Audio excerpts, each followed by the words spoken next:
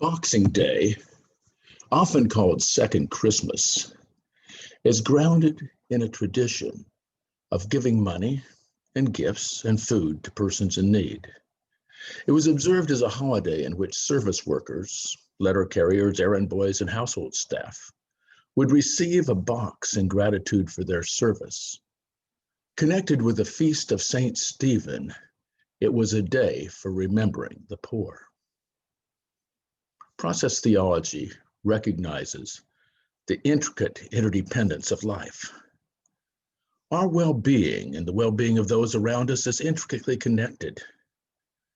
As Martin Luther King asserts, I cannot be who I am meant to be until you are who you are meant to be. And you cannot be who you're meant to be until I am what I'm meant to be.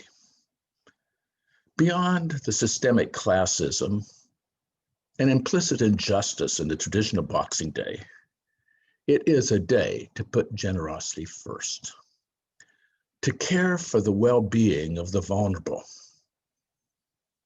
to affirm the value of those who serve, and to bring joy into others' lives.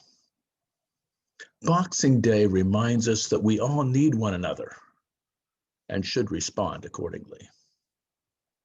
In this time of pandemic, we need essential workers. The people who pick our crops, process and deliver our food, checkout clerks, the people who support our energy grid, as well as medical professionals and first responders. Out of gratitude, our task is to align ourselves with God's aim at justice and beauty, to ensure adequate wages, healthy working conditions, and a path to citizenship for those who are responsible for our food chain.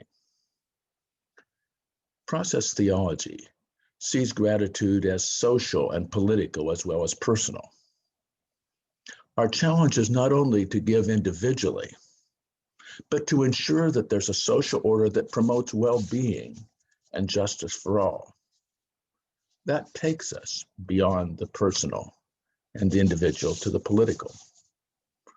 As we seek to promote vital and healthy lives, most especially among the poor, the vulnerable, and the marginalized. Process theology reminds us that we're all connected and that there is a moral and spiritual arc to the universe that flows toward justice and beauty. The well-being of the worker shapes our well-being, and our political actions and involvements have positive or negative consequences. It reminds us, again, that the spiritual and personal and moral arcs of the history aim at justice, and that means challenging systemic injustice in all its form, whether economic, environmental, or racial, or gender-related, or sexual-related.